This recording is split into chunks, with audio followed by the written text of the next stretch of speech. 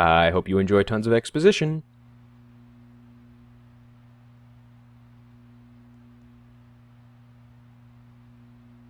My father's lab. It's hard to imagine what it would have been like to have known him. Coming here is like walking with his ghost through the past we never shared. Since the loss of my beloved Jamie, I have tried to find a way to excuse my survival.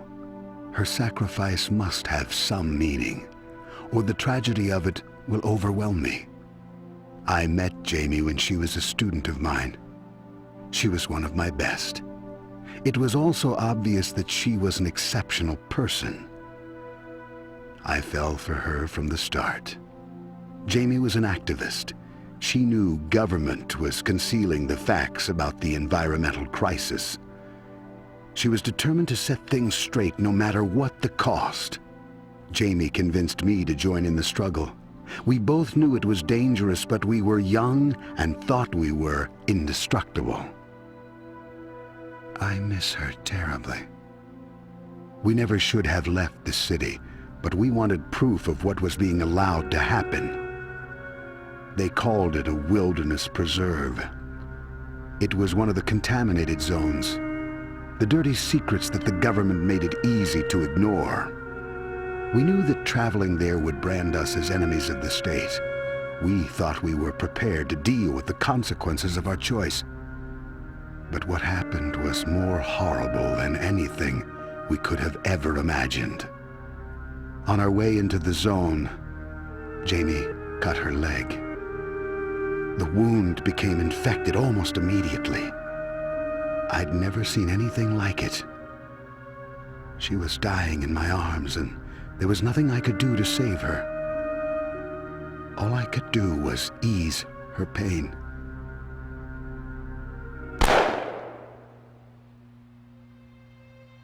The world outside the atmospheric processors is poisonous. If something isn't done, we are all doomed. Jamie's death won't be in vain. I'm going to do something about the nightmare that killed her. Her brother will help me. he misses her as much as I do. Jamie Hasakawa. Maiden name, Jamie Kerr. Kerr's sister. Shinatama was right. Kerr worked with my father. But on what? You really don't know? Tell me. No more time for questions, little girl. So many things to discuss, yet so much punching to do. First off, here's Muro, out of nowhere. Why is there fog? And where'd this hole in the lab come from? Surely this all has nothing to do with this chapter being called Dream Diver. Moving on, I'll discuss the story of Konoko's parents as I beat the snot out of Muro. We've learned that they met at a college, and decided to venture out into these so-called wilderness preserves. I'm not sure what they thought the atmospheric processors were doing, but they discovered the terrible secret of the entire world being contaminated. Konoko's mother managed to get infected, and for some reason her father had a gun and shot her mother to put her out of her misery. Oh, and did we mention that Kerr is Konoko's uncle? Yeah.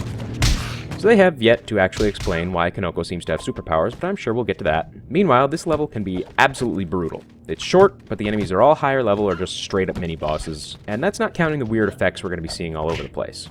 This is our first actual confrontation with Muro, kind of, and he's not actually all that tough. Keep him locked down, beat him into submission, and you'll get through just fine. Doing so opens the path forward, and we'll see that this isn't exactly your average building. There's two invisible guys on the right that disappear as we get closer. Konoko, this way. Oh, hooray. Dead children. That's a good sign. Tiny tan syndicate thugs. You'd think that would make them easier to kill. Instead, you can only hit them with a very few select moves. I'll be using the slide tackle. When you first wade into that group, actually, they can absolutely murder you if you're not careful. So after that, what do we get next? Invisible ninjas. And they sure do stay invisible for just about the entire fight. Fun!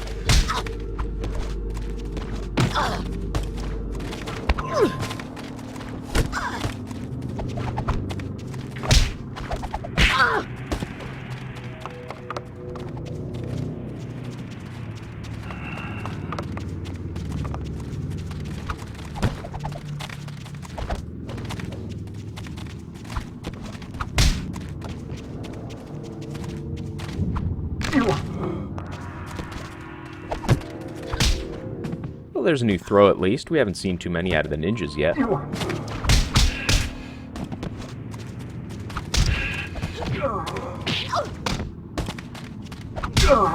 Well, this is the direction we saw Shinatama run in, and despite my misgivings about following a creepy disembodied dead kid, it seemed like the best way to go. Yet there's no exit here. Instead, we have to run back and around to a differently shaded bit of wall. Follow me.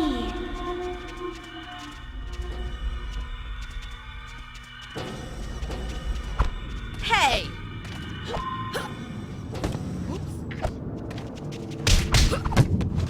As you can see, this level is a serious gauntlet. And what you can't see is that we haven't even reached the first save point yet. If you die, you're going straight back to the lab with Muro staring creepily at you. Now, you'll notice that I am doing a lot of twister kicks to the left. After it was pointed out that I almost exclusively did so to the right before, I decided to give the other direction a shot.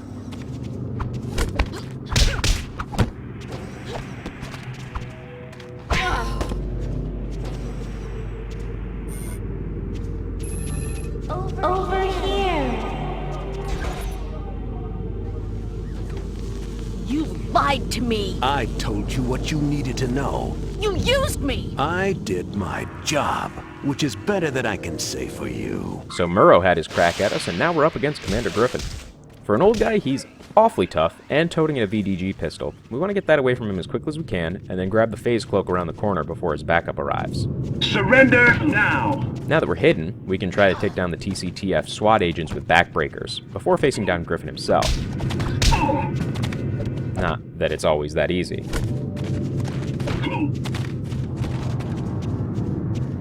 Surrender now! Surrender now!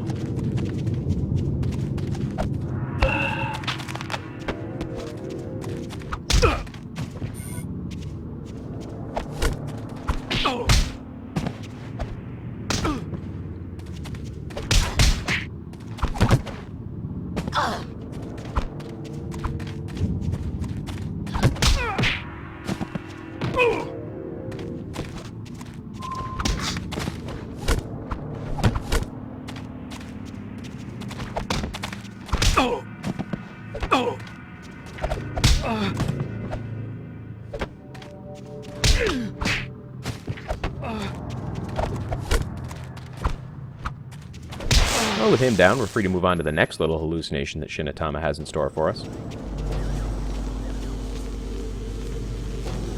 Looking at this, it doesn't seem all that tough. There's a very clear corridor to pass through that the lasers never enter. However, this red ninja is fully capable of tripping the lasers as well as we are. If he does so, you'll get chain VDG'd right into the goo and die. So it's always best to kill him as fast as you can. I usually would suggest just knocking him off the side, but the hypo he drops is very helpful considering the extremely tough enemies and very low amount of health pickups.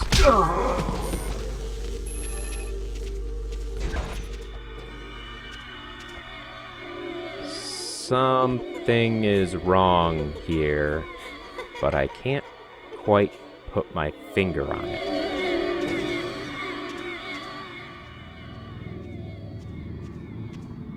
Hello, Mai. What? Mai Hasagawa. That's your name, isn't it? I'm not sure who I am. Oh, well, let me help you. Ward of the state, TCTF pawn, murderer.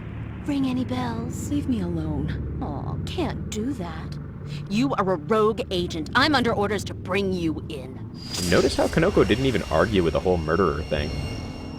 Shadow Konoko here is charged up and ready to beat our skull in, so we can't waste any time in taking her down. At this point in the level, you're going to be tapped for health, but you should have at least a few shots of the VDG pistol left, which are immensely helpful. She recovers very quickly, so it can be tough to position for a backbreaker, but considering how well she's able to counter everything you throw at her, those little reprieves can be priceless. There is a hypo spray on the ground, which will help, but for the most part you just have to be able to outfight her, which isn't easy. She's fast and has the same skill set you do, and this is a legitimately tough fight the first time around.